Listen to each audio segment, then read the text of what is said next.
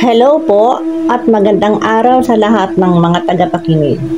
Narito na naman po tayo sa kakaibang kwento tungkol sa kulang. Naniniwala ba kayo na ang isang pangit ay magagawang ipakulam ng maganda dahil lamang sa inis o galit? Bago po tayo magsimula, please like and subscribe bilang suporta sa aking channel. Pakinggan natin ang karanasan ng isang babaeng dumanas ng labis na hirap dahil lamang sa kulang. Dear Mami Lynn, ako po si Carmen. Nais ko pong ibahagi ang nakakatakot kong karanasan na hindi ko makakalimutan habang ako ay nabubuhay. Mula sa aking pagkabata ay tampulan ako ng tukso dahil pangit daw ako. At iyon ang dahilan kaya walang nakikipagkaibigan sa akin. Madalas akong umuwi ng umiiyak at may pasa, kung hindi sa mukha ay sa katawan. Binubuli ako at sinasaktan ng ibang mga bata dahil sa itsura ko. At isa pa, madalas nilang sabihin ay putok lang daw ako sa buho. Dahil walang tatay, anak lang kasi ako ni inay sa pagkadalaga. Hanggang sa maging dalaga na ako ay hindi na bago ang tingin sa akin ng ibang tao. May ibang natutuwa sa akin dahil mabait naman ako, pero may iba talagang naiinis sa akin. Isa na sila na kapag nakikita ako ay parang sinisilaban sa galit sa akin. Kahit wala naman akong ginagawang kasalanan sa kanya. Oo, inaamin ko namang pangit ako, maitim at payat. Pero matangos naman ang ilong ko. Kasi sabi ni inay, Amerikanong negro ang tatay ko. At ang buhok ko, kulot na kulot. Kinky kung tawagin, kasi pino ang pagkakakulot parang bulak. Lahi nga raw kasi ako ng Amerikanong negro. Pero kung pagmamasdan naman akong mabuti, sabi ni inay ay maganda naman ako. Maganda din ang aking mga mata at may makinis na balat. Yun nga lang, isa akong negra. Labis na nagagalit si inay sa mga ginagawa sa akin ng mga kababata ko. Kaya madalas siyang nakikipag-away at napupunta pa talaga sa barangay. Isang araw na naglalakad ako, sinalubong ako ni Lani. Gusto kong umiwas pero hinarang niya ako. Hoy, pangit! Huwag kang lalabas ng bahay niyo, panira ka lang ng araw. Sabi nito. Hindi ako kumibo at tumalikod na lang, pero dinig ko pa ang malakas na tawanan ng mga kaibigan niya. Hindi pa nasiyan si Lani, nilapitan pa ako at hinila ang kulot kong buhok. Kaya na-outbalance ako at natumba.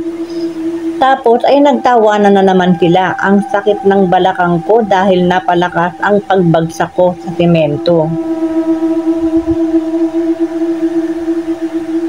Noon lumapit sa akin ang nag-iisa kong kaibigan na si Andy.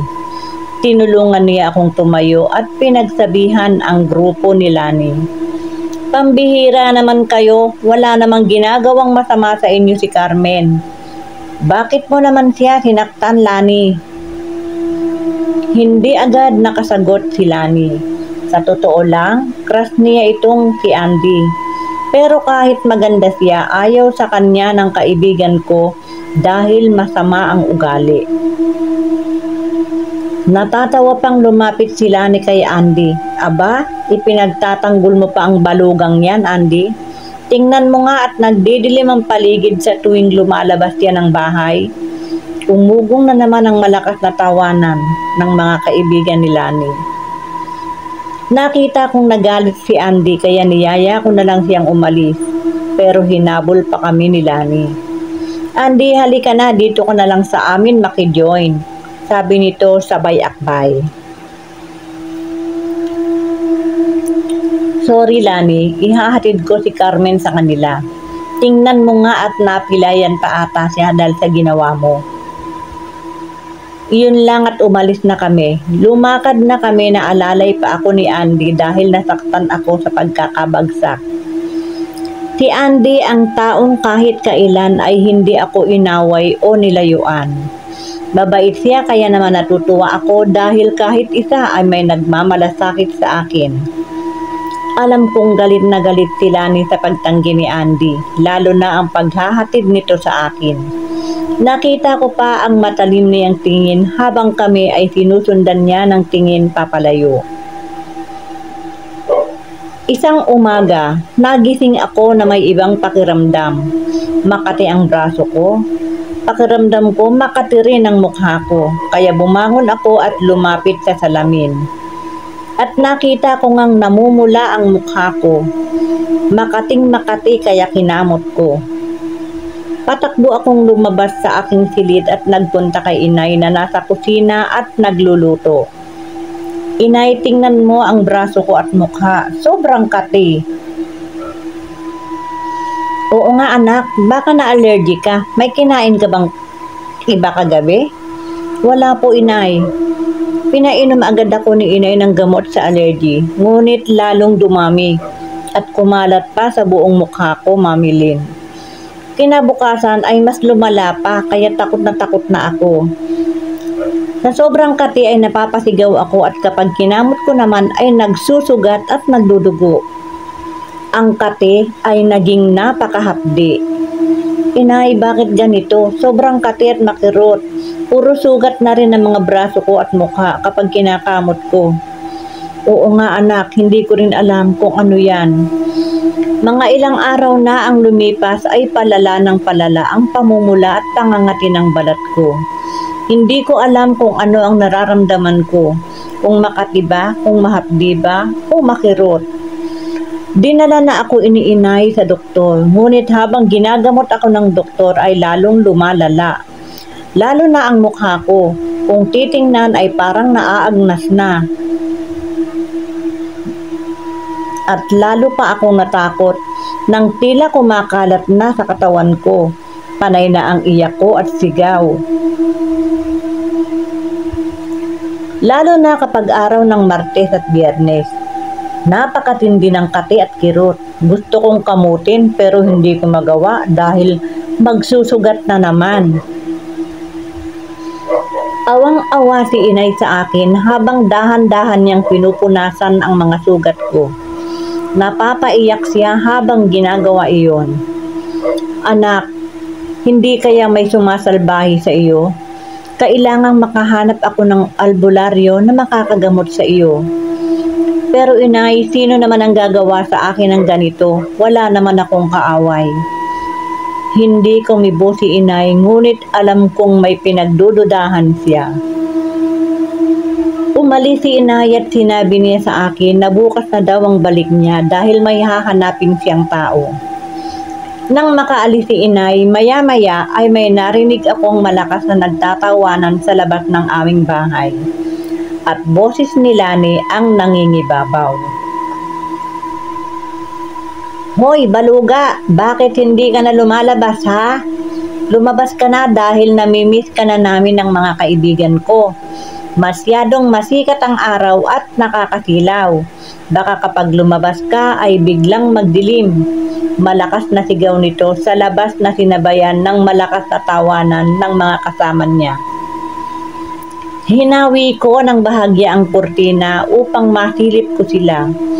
Tuwang-tuwa silang lahat, lalo na si Lani. Ang pangit-pangit mo na, nang aagaw ka pa, sigaw pa nito, na kumuha pa ng maliit na bato at binato ang dingding namin. Lani, wala akong ginagawang kasalanan sa iyo. Wala akong inaagaw, kaya umalis na kayo, pakiusap lang. Umiiyak ako dahil sa sobrang kati at sakit ng nararamdaman ko. Parang tinutusok at tila may mga uod na gumagalaw sa loob ng balat ko. Sa magkahalong tensyon at sakit na nararamdaman ko ay napasigaw ako ng malakas at umiyak. Tuwang-tuwa naman si Lani nang marinig ang malakas kong pag-iyak at pagsigaw. Ayan, ganyan nga Carmen, sumigaw ka at umiyak ng malakas. Dahil sa susunod ay baka hindi ka na makasigaw ng malakas at hindi ka na rin makakaiyak. Nakahulugang sabi ni Lani at tumawa pa ng nakakaloko bago umalis. Hindi ko na binigyang pansin ang sinabing iyon ni Lani dahil mas higit ang kirot at habdi ng nararamdaman ko sa katawan. Mami Lynn, hindi ko alam kung ano ang gagawin ko. Wala si inay, walang aalalay sa akin. Hindi ko mahawakan ang braso ko dahil ako mismo ay natatakot na hawakan iyon. Ganon din ang mukha ko. At kung makikita niyo lamang, para akong isang buhay na naaagnas. At ang amoy ng katawan ko ay malangsa dahil sa mga sugat ko. Gusto ko nang magpakamatay. Hindi ko na kayang tiisin ang sakit na nararamdaman ko. Nagtungo ako sa kusina at hinanap ko ang kutsilyo, pero hindi ko makita. Marahil ay itinago ni inay. Hindi ako nakatulog ng gabing iyon, panay lang ang iyak ko at sigaw. Lalo na kapag umaatake ang mga tila uod na parang bumubutas sa mukha ko at braso. Maya-maya ay may kumatok sa pinto. Sa pag-aakala kong si inay iyon ay agad kong binuksan, ngunit nagulat ako. Dahil si Andy ang nasa labas ng pinto. Gulat na gulat ako, ngunit mas higit na nagulat si Andy nang makita ang itsura ko. Carmen, ikaw ba yan? Anong nangyari sa'yo? Nang didilat ang mga mata nito sa gulat. Gusto kong isara ang pinto, ngunit pinigil niya kaya tumalikod ako. Umalis ka na, Andy. Carmen, magkaibigan tayo. Mula pagkabata, sabihin mo sa akin kung ano ang nangyari at baka matulungan kita. Humarap na lamang ako sa kanya. Nakita kong muling nanlaki na naman ang kanyang mga mata nang makita ang tila naaagnas kong mukha. Hindi ka ba nandidiri sa mukha ko? Hindi ka ba natatakot sa nakikita mong kaanyuan ng katawan ko? Ha? Bakit ka nagkaganyan? Ano ba ang nangyari at sino ang gumawa niyan sa'yo? Hindi ko rin alam. Umiiyak ako ng umiiyak. Umalis ka na lamang, Andy. Iwan mo na lamang ako. Si Aling Trining, ang inay mo nasaan? Umalis, baka humanap ng albularyo. Sabi kasi ni inay, baka daw may kumulam sa akin. May alam akong albularyo, Carmen, ang tiyuhin ko. Mahusay yon, kaya niyang gamutin kahit anong klase ng kulam. At kaya din niyang ibalik doon sa nagpakulam sa iyo ang sakit mo kung kinukulam ka nga. Napaiyak na naman ako at napasigaw dahil sa tila may tumutusok sa mukha ko. Gusto kong kamutin ngunit hindi ko magawa dahil alam kong magsusugat talaga. Natataranta din si Andy kung papaano niya akong hahawakan dahil nga puro sugat-sugat din ang braso ko. Ang sakit-sakit, iyon ang malakas kong isinisigaw at pakiramdam ko ay nahihirapan na akong huminga. Inalalayan na lamang niya ako sa likod at dahan-dahang pinahiga. Sige, magpahinga ko muna at susubukan kong tawagan ang tiyuhin ko.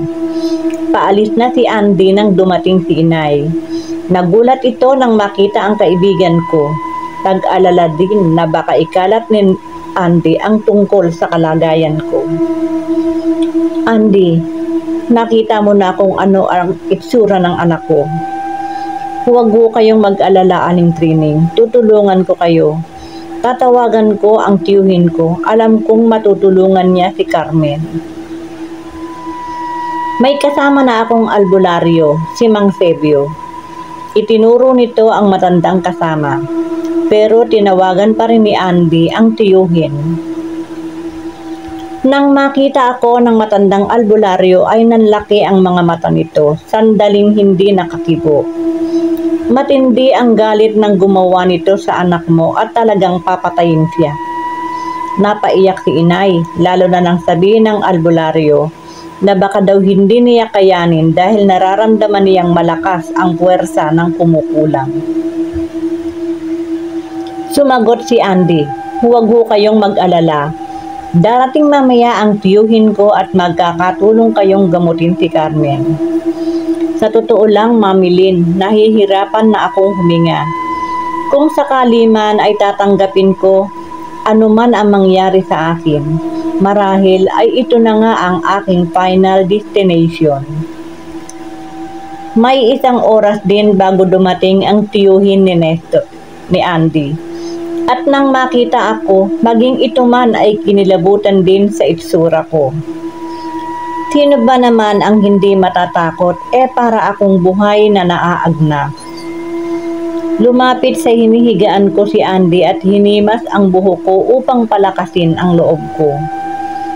Huwag kang mag-alala, Carmen. Gagaling ka, magtiwala ka lang sa Diyos at kay Tio Cardo. Hindi naman nag-aksaya ng sandali si Mang Cardo. Bumulong agad siya ng orasyon habang ang isang albularyo ay may inilalagay sa daliri ng mga paa ko. At pagkatapos ay malakas akong inihipan ni Mang Cardo ng 3 beses habang inuusal niya ang orasyon. Matapos akong ihipa na ipinatong niya ang kamay sa ulo ko at pinaaamin niya kung sino ang kumukulam sa akin. Ngunit hindi pa rin nagsasalita. Habang ang isang albularyo ay mahigpit na iniipit sa mga daliri ko ang kung anumang bagay na inilalagay niya.